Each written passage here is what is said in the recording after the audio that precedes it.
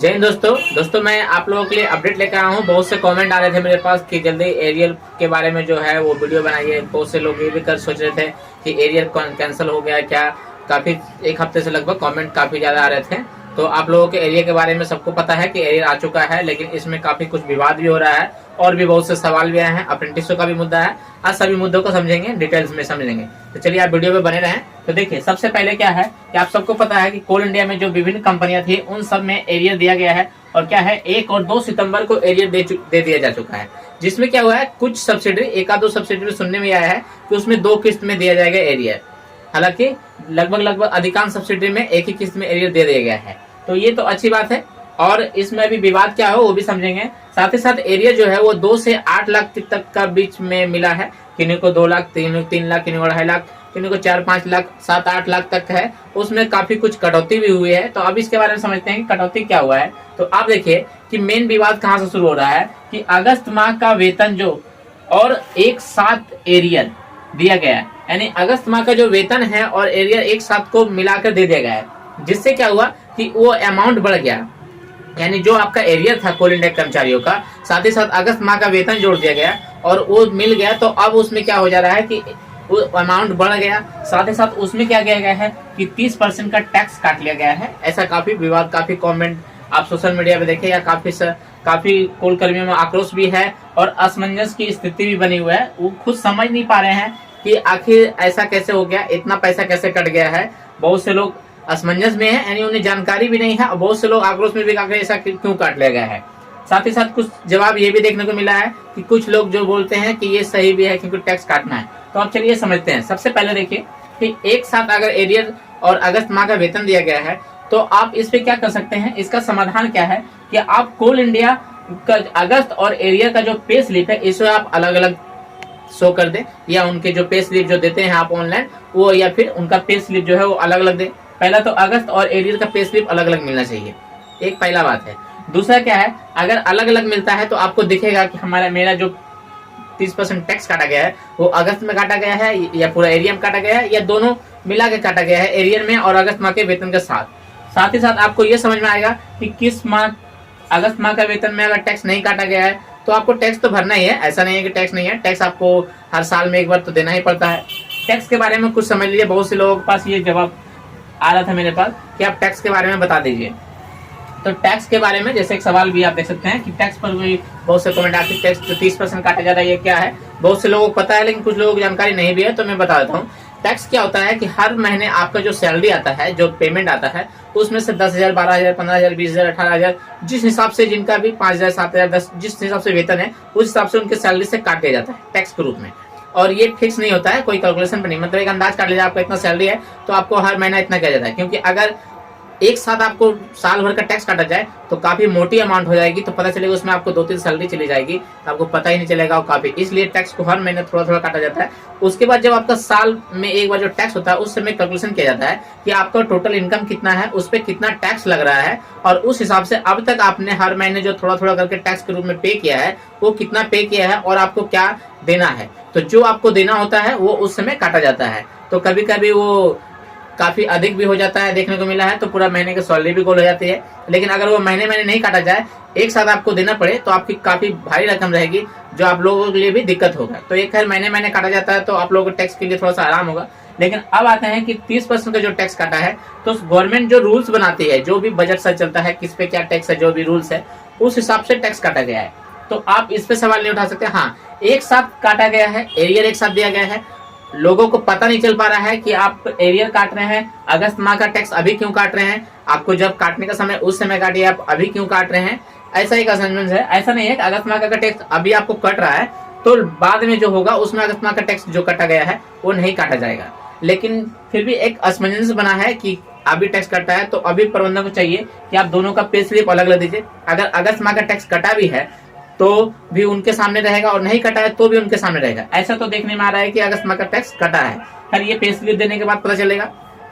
साथ ही साथ कोल इंडिया की तरफ से एक नोटिफिकेशन जारी होना चाहिए कि इनका जो पैसा काटा गया है किस बेसिस पे काटा गया है, या एक वीडियो बना के अपने साइट पे छोड़ देना चाहिए, या एक नोटिफिकेशन टाइप करके, लेटर को टाइप करके हिंदी में और इंग्लिश में दोनों में छोड़ना चाहिए, ताकि जो अधिकारी को काफी है, तो अगर कुछ अधिकारी जानेंगे तो धीरे धीरे वो सबके पास खबर पड़ेगा, तो असमंजस की स्थिति नहीं पड़ेगी। साथ ही साथ जो हर एरिया के आप देखेंगे कि कुछ भी सदस्य हैं, लीडरगण हैं, तो उनके पास भी ये जानकारी पहुंचानी चाहिए, ताकि वो अपने जो उनके साथ में जो उनके है वो भी उन्हें जानकारी दे और लोगों के असमंजस भी दूर हो। क्योंकि बहुत से लोगों को लग रहा है कि ये गलत है, कोई लोगों को लग रहा है कि सही है। कुछ लोग बोलते हैं कि टैक्स तो आपको देना ही आज नहीं तो कल, कुछ लोग बोलते हैं कि ये इतना काटा गया तो मेरा तो पूरा एरिया ही गायब हो गया है। हालांकि सब अपनी जगह पे सही है। उनके पे स्लिप में उन्हें अंदाजा था कि एक मोटी रकम आएगी, लेकिन अब उन्हें मोटी रकम नहीं मिली है, तो उनके जो कहना है वो जायज है। कोई भी अगर सोचेगा, जिनके पास जानकारी नहीं है तो जानकारी पहुंचानी चाहिए। और कोल इंडिया ने किस बेसिस पे 30% और कितना कितना और भी क्या क्या बोलते हैं लोग काटे हैं, तो किस किस पे काटे हैं, क्यों है, इसकी जानकारी एक डिटेल देनी चाहिए। आप अपने लीडर को या जो जीवीसी एक सदस्य उनके पास भी एक लेटर के माध्यम से लेटर जारी करें कि इस हिसाब से ऐसा ऐसा काटा गया, ताकि आप भी जो कोल कर्मी है उन्हें समझाएं और कि इस हिसाब से काटा, ताकि जानकारी पहुंचनी चाहिए। और अगर कोल इंडिया से भी कोई गलती हुए तो वो भी जल्द से जल्द इसमें सुधार करे, या फिर एक नोटिफिकेशन जारी करे कि हम इतने दिनों के अंदर जल्द से जल्द जो भी गलतियां हुई है या इसमें जो भी खामियां है उसे हम सुधार करें। ये कोल इंडिया करना चाहिए। खैर अभी आगे देखते हैं, उम्मीद है कि इस पे कार्य चल रही है, ऐसा नहीं है कि कार्य नहीं है, काफी वाद विवाद हो रहा है, कार्य भी चल रही है। तो प्रशासनिक काम है, ऑफिशियल काम है, इसमें समय लगता है, ऐसा नहीं है काम नहीं चल रहा है, काम चल रहा है। उम्मीद है कि आप लोग जल्द कोई नोटिफिकेशन जारी हो या फिर आप लोग जानकारी इसके बारे में मिले किसी माध्यम से, या जो भी हो ये क्लियर होगा, कुछ दिनों में क्लियर होगा। जो भी क्लियर होगा या जो भी अपडेट आएगा मैं आपको देता रहूंगा कोल इंडिया के बारे में। चलिए अब हम दूसरी खबर को लेते हैं। तो कोल इंडिया में क्या हुआ है कि जो आश्रित लोग हैं उन्हें 87 दिनों के भीतर नियोजन देना पड़ेगा। रूल्स पहले क्या होता था कि मान लीजिए किन्हीं के फादर, भाई, मम्मी, कोई भी अगर किसी का जॉब कर रहे हैं कोल इंडिया में, किसी कारण से दुर्घटनावश या कोई ऐसी घटना हो जाती है जिससे वो काम नहीं कर सकते या उनकी मृत्यु हो जाती है या कोई भी कारण हो सकता है, तो उस कारण से क्या होता है, बहुत से जो आश्रित होते हैं उनपे उन्हें रोजगार देने के लिए या भी और भी रीजन है, तो रोजगार देने के लिए काफी उनके जो आश्रित लोग हैं वो रोजगार लेने के लिए काफी लंबा समय लग जाता है। कुछ कुछ केसों में तो देखा जाता है कि दशक तक भी लग जाता है, 10, 12, 15 साल तक भी लग जाता है। कुछ कुछ केसों में 1-2 साल में मिलता है, काफी समय लग जाता है और काफी उन्हें दौड़ना पड़ता है, काफी परेशानियां होती है। तो इस एवज में अब आश्रितों के लिए कोल इंडिया में एक संशोधन किया गया है और उसमें बताया गया है कि 87 दिनों के भीतर यानी 86 दिन में आपके पास जॉब होगी। चाहे जो भी रीजन हो, जो भी कागज पत्र हो, वो क्लियर करके 3 महीने से भी कम का समय है, 86 दिनों तक आपको जॉब प्रोवाइड कराई जाएगी, आश्रितों को नियोजन दिया जाएगा। जो भी कहे तो ये उन आश्रितों के लिए ठीक है और कोल इंडिया की भी अच्छी बात है कि उन्हें जो दौड़ना पड़ता है, काफी परेशानियां होती है और काफी लंबा समय लगता है, तो ये अब नहीं लगेगा। 87 दिन होगा, 3 महीने के आसपास का समय है। तो खैर कागजी कार्रवाई है तो 3 महीने का समय तो लेना ही चाहिए। तो चलिए ठीक है, ये एक अच्छी खबर है। आगे और क्या हुआ है कि सरप्लस कर्मियों का तबादला हुआ आसान। एक संशोधन और किया गया है कि जो सरप्लस कर्मी है, जैसे कि मैंने भी आप लोग बताया था कि BCCL में अभी लगभग 7,500 के आसपास सरप्लस कर्मी है। ये डाटा के अनुसार है, BCCL की तरफ से जो जारी किया वो मैं बता रहा हूँ। रियल क्या है, ये जमीनी हकीकत काफी लोगों को जो काम कर रहे हैं उन्हें तो पता ही होगा। साथ ही साथ ये सरप्लस है, ये कोल इंडिया की तरफ से, BCCL की तरफ से जो डाटा जारी किया गया था उस पर बता रहा हूँ कि ऐसे और भी कई सब्सिडी है जहाँ पे सरप्लस है और कई सब्सिडी ऐसे हैं जहाँ पे कुल कर्मियों की रिक्तियां भी है, बहुत से पद में रिक्तियां हैं। तो उन जगहों पे क्या होगा कि इन कुल कर्मियों का ट्रांसफर किया जाएगा या तबादला किया जाएगा रूल्स के अनुसार, नियम के अनुसार जो नियम बनाया गया है। तो अब पहले क्या होता था, बहुत ज्यादा इसमें नियम होते थे कि कोई विशेष कंडीशन में ही आप तबादला कर सकते हैं, ऐसे नहीं, लेकिन अब उसमें कुछ चेंजिंग किया गया है और तबादला हो सकता है। तो इसमें जिनका तबादला होगा उन्हें समस्या होगी। तबादला होने से समस्या क्या होती है कि कोई व्यक्ति अगर मान लीजिए एक जगह रह रहा है और वो दूसरे सब्सिडी में जाएगा तो उन्हें पूरा अपना व्यवस्था उठा के लेके जाना पड़ता है, उसमें बच्चों की पढ़ाई, रहना, आसपास का माहौल, हर चीज जाके उन्हें चेंज होना पड़ता है। बट अगर आप गवर्नमेंट जॉब कर रहे हैं तो गवर्नमेंट जॉब का रूल्स है कि अगर आपको गवर्नमेंट तरफ से तबादला किया जाएगा, ट्रांसफर किया जाएगा तो आपको जाना पड़ेगा। तो ये तो आप जब जॉब कर रहे हैं उस समय भी आपको पता ही होगा, तो खैर ये कोई बड़ी बात नहीं है। लेकिन ये तबादला का जो हुआ आसान हुआ। और इसमें एक चीज और है कि बहुत से ऐसे भी लोग हैं जो खुद से चाहते हैं कि हमें इस सब्सिडी से इस सब्सिडी में जाना है, चेंज करना है, कोल इंडिया के एक अनुषंगी कंपनी से दूसरी कंपनी में जाना है, तो उनके लिए भी हो सकता है कुछ आसान हो जाए। खैर जो भी हो, कुछ अच्छाई तो कुछ बुराइयां भी होती है हर चीज में। खैर जो भी हो, आगे की खबर है। नेक्स्ट क्या है कि आप लोगों को 28 सितंबर एक डेट पता चला है, ऐसा नहीं है कि 28 सितंबर ही है, हो सकता है या कुछ दिन आगे पीछे हो। एक अंदाज मुझे पता चला है सूत्र के अनुसार कि 28 सितंबर के आसपास जो है दुर्गा पूजा का जो बोनस का है वो मीटिंग होने वाला है। या सितंबर या अक्टूबर भी हो सकता है, ऐसे तो उम्मीद सुने हैं कि सितंबर में ही है। खैर जो भी है, डेट का जो भी है, लेकिन बहुत जल्द दुर्गा पूजा का मीटिंग होने वाला है, दुर्गा पूजा का बोनस। तो इसमें कुछ नेताओं द्वारा ये भी कहा गया है कि उन्होंने 1 लाख तक का बोनस मांगा गया है, उम्मीद की है कि हमें 1 लाख तक का बोनस की है और मांग की है। ऐसा नहीं है कि आपको 1 लाख दिया जाएगा, ठीक है, ये जो क्लियर बात है, आप सबको पता है 1 लाख बोनस नहीं दिया जाएगा। पिछली बार जो दिया गया था वो आपको दिया था 76,500 रुपए के आसपास दिया गया था बोनस। हर साल का डाटा है मेरे पास, लेकिन आप लोगों को पिछली बार देख लीजिए कि पिछली बार इस और लगभग 4,000 के आसपास, 3-4 हजार के आसपास बढ़ती है। तो आप इससे अंदाजा लगा सकते हैं कि आप लोगों का जो नेक्स्ट बोनस आएगा वो 80,000 के आसपास आएगा। हो सकता है इसमें 2-4 हजार बढ़ जाए, 2-4 हजार, 1-2 हजार कम भी हो सकता है, कुछ कम ज्यादा। लेकिन क्या होता है कि प्रॉफिट के हिसाब से बोनस दे देता है। जैसे कोल इंडिया क्या होता है, इस बार जो कोल इंडिया है काफी अधिक प्रॉफिट में है, तो उम्मीद ये जताई जा रही है कि आपका बोनस बढ़ सकता है। ये उम्मीद जताई जा रही है क्योंकि जो प्रॉफिट इस बार कोल इंडिया में काफी कुछ पहले जो प्रॉफिट होता था, इस बार कोल इंडिया काफी प्रॉफिट में। आप बीसीसीएल का भी न्यूज सुने हैं, काफी प्रॉफिट में चल रहा है। बहुत सी कंपनी, काफी कंपनियां प्रॉफिट में चल रही है। कुछ एक साइड है जो बहुत है जो लॉस में, लगभग कोल इंडिया प्रॉफिट में ही चल रही है। तो उम्मीद है कि आप लोगों का जो बोनस है वो 80,000 से पार होगा, ये अंदाज है। जो भी मीटिंग होगा वो मैं अपडेट आपको समय पर दूंगा। उसके बाद और नेक्स्ट क्या है कि अब यहाँ पे हम खबर चलते हैं कि जो अप्रेंटिस लड़के हैं उनके बारे में भी कुछ सवाल था, ठीक है। अब अप्रेंटिस लड़कों का सवाल क्या था, तो उनके पास सबसे पहले मैं ये बता दूं कि झारखंड में, चाहे वो अप्रेंटिस लड़के हो या नॉन अप्रेंटिस हो या कुछ भी हो, झारखंड में क्या हुआ है कि अलग अलग कंपनियों द्वारा एक लिस्ट जारी किया गया है। कुल मिला के 5,567 रिक्तियां हैं, यानी वो कंपनी ने लिस्ट जारी किया है कि मेरे कंपनी में इतनी रिक्तियां हैं, इतने वर्कर की आवश्यकता है काम करने का। अब ये जारी किया गया है। इसमें पोर्टल के अनुसार, ये जो कहा जाए एक अंदाज के अनुसार, कि 2,500 से 3,000 तक का रिक्तियां को भर दिया जा चुका है और बाकी को रिक्तियां भरे जाएंगे। अब ये रूल्स इसमें क्या है, तो झारखंड सरकार ने एक रूल बनाया था जिसमें कहा गया था कि 75% लोकल युवाओं को रोजगार देगा। यानी झारखंड की जो भी कंपनियां हैं अपने आसपास की, इसमें से वो कंपनी शामिल है जिसमें मिनिमम 10, यानी कम से कम 10 वर्कर काम करते हैं। अगर उससे कम है तो उस पर ये रूल लागू नहीं होता। जिसमें मिनिमम 10 वर्कर काम करते हैं, उन कंपनियों को अपना जो भी 10 वर्कर काम करते हैं, उससे ज्यादा 10, 20, 50, 100, 1000, 2000 जो भी काम करते हैं, उन कंपनियों द्वारा जो भी रिक्तियां रहेगी या उन कंपनियों में जो भी एम्प्लॉय या वर्कर रहेंगे, उन कंपनियों के पास ये रूल लगा किया गया है कि 75% आपको लोकल के लेना पड़ेगा, यानी आसपास के जो लड़के हैं, लोकल लड़के, उन्हें रोजगार देना पड़ेगा। बाकी 25% आप भी 2 दें तो कोई दिक्कत नहीं है। पहले क्या होता था, बाहर से आते थे और झारखंड के लड़कों को रोजगार नहीं मिलता था। तो ये एक अच्छी पहल है। अब इसमें रिक्तियां दिए गए हैं, इसमें 2,500 से 3,000 को सुना जा रहा है कि पद को भर दिया गया है। किन्हें दिया गया है ये जानकारी नहीं मिली है, लेकिन दिया गया है। और बाकी जो है वही 2,500 से 3,000 के जो बाकी पद है उन्हें भी भर दिया जाएगी। इसमें कोल इंडिया के समेत और भी छोटी बड़ी सभी कंपनियां शामिल है। तो उम्मीद है कि हो सकता है इसमें अप्रेंटिसों को कुछ रोजगार से मिलने। तो आप लोग जो अप्रेंटिस लड़के हैं वो, या फिर जो अप्रेंटिस लड़के नहीं है और भी अब झारखंड में कहीं भी रह रहे हैं, वो अपने नियोजनालय में, जिन्होंने निबंधन नहीं कराया, वो नियोजनालय में जाकर रजिस्ट्रेशन करा लें। रजिस्ट्रेशन के लिए आपको कुछ करना नहीं होता है, आप बस ओरिजिनल डॉक्यूमेंट लेके जाएंगे वहाँ पे, वो आपको देखेंगे ओरिजिनल डॉक्यूमेंट्स, आपको रजिस्ट्रेशन करके दे देंगे।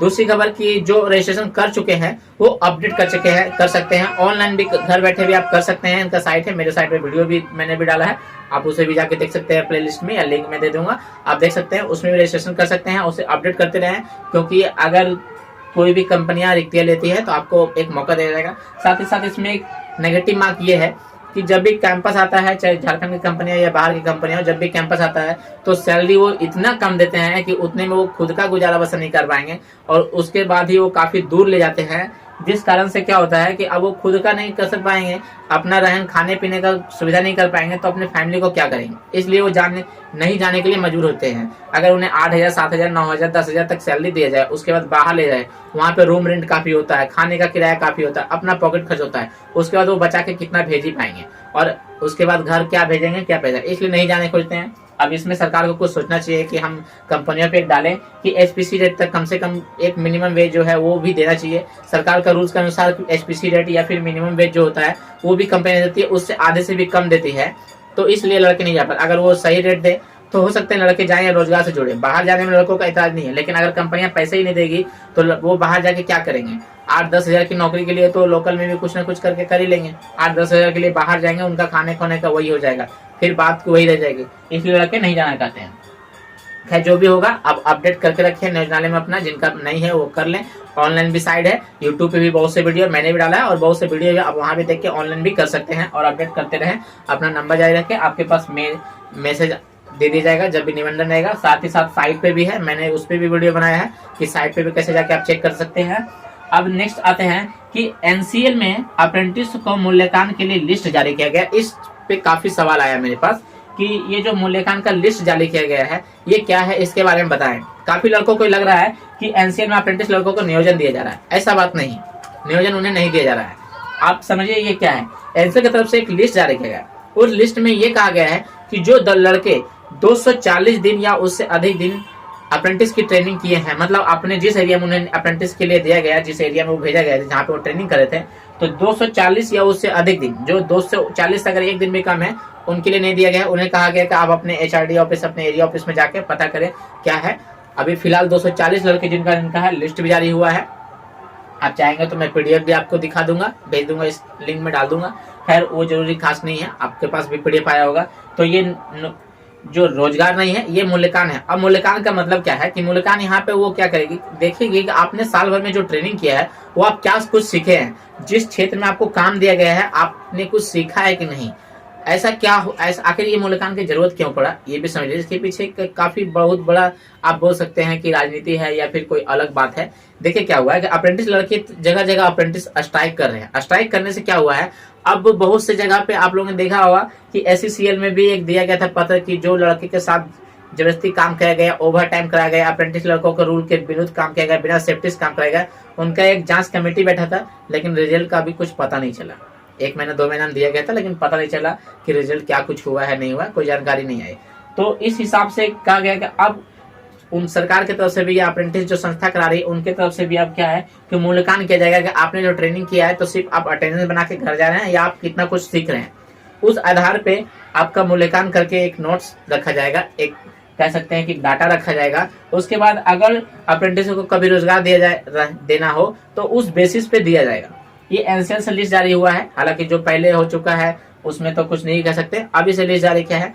कहते हैं क्या, अगर आप किसी को प्रेशर दोगे तो वो भी आपको प्रेशर दे रहे हैं। न्यूटन्स का लॉ भी आप लोगों को पता है कि अगर आप किसी को पुश करोगे तो वो भी उतना ही फोर्स से आपको पुश करता है। तो वही समझ लीजिए कि आप सरकार को परेशान करें जॉब के लिए। हालांकि जॉब देना सरकार का एक जिम्मेदारी है, क्योंकि अगर किसी भी देश के युवा काम नहीं करेंगे तो उस देश का विकास रुक जाता है या फिर उसका विकास की गति स्लो हो जाता है। तो देना चाहिए, अलग अलग माध्यम से सरकार को रोजगार देने के लिए ऐसी व्यवस्था लानी चाहिए ताकि लड़कों को रोजगार मिले।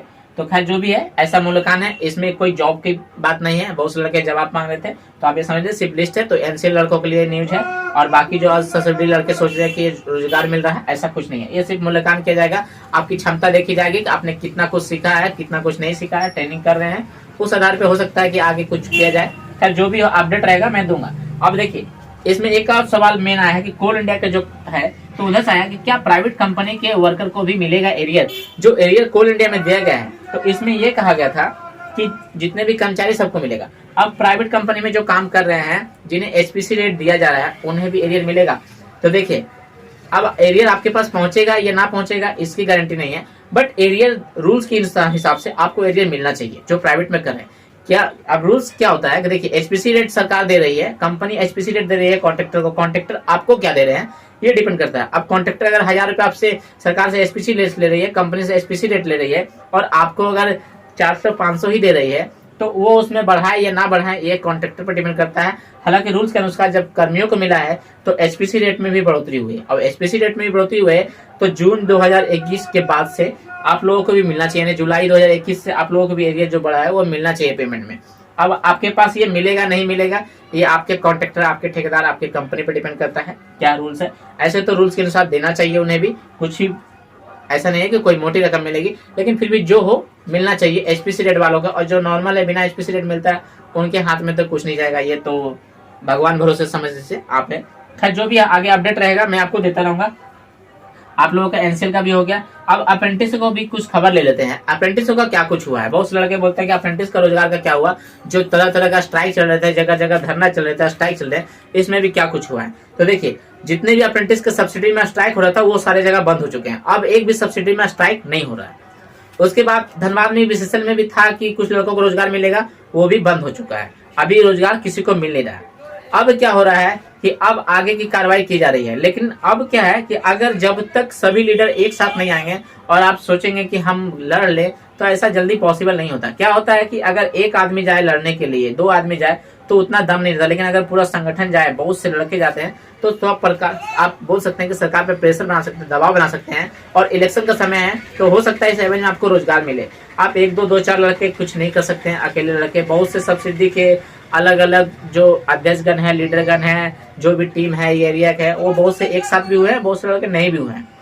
खैर ये अपनी सबकी सोच है कि नहीं एक होना नहीं होना है। हालांकि एक होकर लड़ेंगे तो उनके लिए ज्यादा फायदा होगा, अलग होकर लड़ेंगे तो फायदा कम दिख रहा है। जैसा कि आप सबको अभी तक पता है, काफी लंबा स्ट्राइक हो चुका है, काफी लंबा समय से अप्रेंटिस लड़के रोजगार के लिए ट्राई कर रहे हैं, लेकिन रोजगार अभी तक मिला नहीं है। और जैसा उम्मीद है कि आप लोग से क्लियर बात आज मैं बताना चाहता हूँ कि आप उम्मीद लगभग 1% ही रखें रोजगार के लिए, बाकी 99% आप ना रखें कि आपको रोजगार मिलेगा कोल इंडिया में। अगर मिल गया है तो भगवान भरोसे 1% रखें, बाकी आप कहीं और ट्राई करें। कोल इंडिया के भरोसे बैठे रहेंगे तो आपको रोजगार से मिलने वाला है नहीं और आप भूखे मर जाएंगे। कहीं ना कहीं ट्राई करें, किसी और भी क्षेत्र में ट्राई करें, अपना बिजनेस खोले, जो भी कर सकते हैं, कुछ भी कर सकते हैं। पैसे की कमी तो है, ये जान रहे, सबके साथ है, लेकिन आप कोल इंडिया के भरोसे रहेंगे तो आप जो रोजमर्रा की जिंदगी के खर्चे हैं वो भी आप नहीं जुटा पा रहे हैं। और आप घर से भी बात सुनते होंगे कि कितने दिनों तक बेरोजगार रहोगे, काफी कुछ सुनते होंगे, बात काफी सुनने का मिला है। तो आप और जगह ट्राई करें। अगर यहाँ पे होता है, ये कोल इंडिया समझ लीजिए बिरबल की खिचड़ी की तरह है, जो पक रही है, कब पकेगी इसकी कोई गारंटी नहीं है। तो आप इस पे रखें, ऐसा नहीं है कि इस लड़ाई को छोड़ दे। आप चले, इलेक्शन का समय है, हो सकता है कुछ हो जाए, तो जो भी अगर टीम लीडर या लड़ाई कर रहे हैं तो उनका सपोर्ट करें। ऐसा नहीं है कि आप लड़ाई को छोड़ दे, क्योंकि लड़ाई एकदम छोड़ दीजिएगा तो आपका वो 1% चांसेस भी चला जाएगा। 1% चांसेस भी बहुत होता है, हो सकता है आपकी लड़ाई दम रहे और अचानक आपको इलेक्शन का समय है, रोजगार मिल जाए। तो आप लड़ाई को जारी रखें, अपना आंदोलन जो भी तरीका है सेपरेट तरीके से, पीसफुल तरीके से आंदोलन करें, धरना दे, जो भी करना है तरीके से करें, ताकि आप पे भी कोई कानूनी कार्रवाई ना हो। अच्छी तरह से करें और कोशिश करें कि जल्द से जल्द हमें रोजगार मिले। साथ ही साथ और भी कहीं ट्राई करते रहें। कोल इंडिया के भरोसे आप नहीं रहें कि हमने इस सब्सिडी से ट्राई किया, कोल इंडिया हमें रोजगार मिलेगी। कोल इंडिया में जब रोजगार मिलना होगा तो आपको मिलेगी फिलहाल तो। और दूसरी बात क्या है, बीसीसीएल में भी मैंने आप लोग बताया था कि सरप्लस कर्मचारी 7 साढ़े 7 हजार है, तो उनके रिटायरमेंट तक तो बीसीसीएल में परमानेंट वैकेंसी निकालने वाली है नहीं। और भी सब्सिडी है, बहुत जगह वैकेंसी नहीं निकलती है और निकलती भी है। तो आपने देखा होगा कि जो ड्राइवर के पद है उन्हें निकलती है, यानी ऑपरेटर के निकलते हैं। अब इसमें क्या होता है कि जो ऑपरेटर होता है तो ऑपरेटर के लिए मांगा जाता है हैवी लाइसेंस। तो अब बताइए, अप्रेंटिस लड़के के पास हैवी लाइसेंस तो आएगा नहीं, तो वो आपके लिए नहीं है। हैवी लाइसेंस किसके पास होता है? जिनके पास वाहन चलाने का लंबा एक्सपीरियंस हो, काफी लॉन्ग समय का एक्सपीरियंस होता है, उनके पास हैवी लाइसेंस पहुंचता है। तो अप्रेंटिस लड़कों के पास लगभग ना के बराबर है कि किन्हीं के पास हैवी लाइसेंस मिले और वो कर पाए। तो ऐसा निकलता नहीं है, और भी पद निकलते हैं, साथ ही साथ इंटरनल वैकेंसी निकलती है। तो उम्मीद कम है, फिर भी जो अपडेट आएगा मैं समय समय पे देता रहूंगा। बहुत जल्द अप्रेंटिसों के बारे में भी और एक दो न्यूज आने वाली है, अगर आ जाएगा तो मैं आप लोगों को भी वो दूंगा। साथ ही साथ आप लोगों से एक रिक्वेस्ट और है कि आप जिस एरिया में रहते हैं अपने लोकल लीडर नेतागण को पकड़े और आप आउटसोर्सिंग में माध्यम से नेता लोग को पकड़े, उनके साथ घुसने का ट्राई करें। क्योंकि हालांकि आपको जो बाहर जाके 8-10 रुपए मिलेगा, आपको 10-12 हजार अगर यहाँ मिल जाता है तो आप कमाने खाने के लायक हो जाएंगे। घर में बैठ के जो बात सुन रहे हैं कम से कम वो कम हो जाएगा। बाकी कोल इंडिया जब मिलेगा तो आप उसी में रहेंगे तो आगे काम होगा। इसलिए आप ट्राई करें और ऐसा नहीं है कि लड़ाई छोड़ दे, लड़ते रहे, सभी एक दूसरे का साथ दे। हमेशा एक दूसरे को टांग खींचने से अच्छा है कि एक दूसरे के साथ दे के मिल के लड़ाई करे, तो अप्रेंटिस को रोजगार की कोई उम्मीद है, अन्यथा नहीं है। तो उम्मीद है आप लोगों को सारी खबर समझ में आई होगी। आगे भी जो अपडेट रहेगा मैं आप लोगों को देता रहूंगा। कुछ लड़कों का एक मैं कोल इंडिया और अप्रेंटिस लड़कों से एक सवाल बात और कहना चाहता हूँ कि बहुत से, जैसे कि इनकम टैक्स आने वाला था, ये एरियर आने वाला था कोल इंडिया में, तो 2-4 दिन पहले आगे की एरियर कैंसिल हो गया। देखिए, अगर इन केस ऐसा कभी होता है, कोई न्यूज दी गई है और उनमें कोई कैंसिल होता है, तो मैं उसमें तत्काल एक अपडेट बना दूंगा, भले 1-2 मिनट का ही वीडियो रहे, अपडेट दे दूंगा। लेकिन अगर कैंसिल नहीं होता है तो उस पर वीडियो नहीं आती है, क्यों? एक ही चीज को, बात को, वीडियो को लंबा खींच के या बार बार डालने से कोई फायदा नहीं है। इसलिए वीडियो थोड़ा लंबे समय बाद आती है, लेकिन जो परफेक्ट न्यूज आएगी तो भी हम देते हैं परफेक्ट। और जो अगर कोई अचानक से न्यूज आती है तो 1-2 मिनट का भी बना के देंगे। खैर, उम्मीद है कि आप लोगों को वीडियो समझ में आया हो।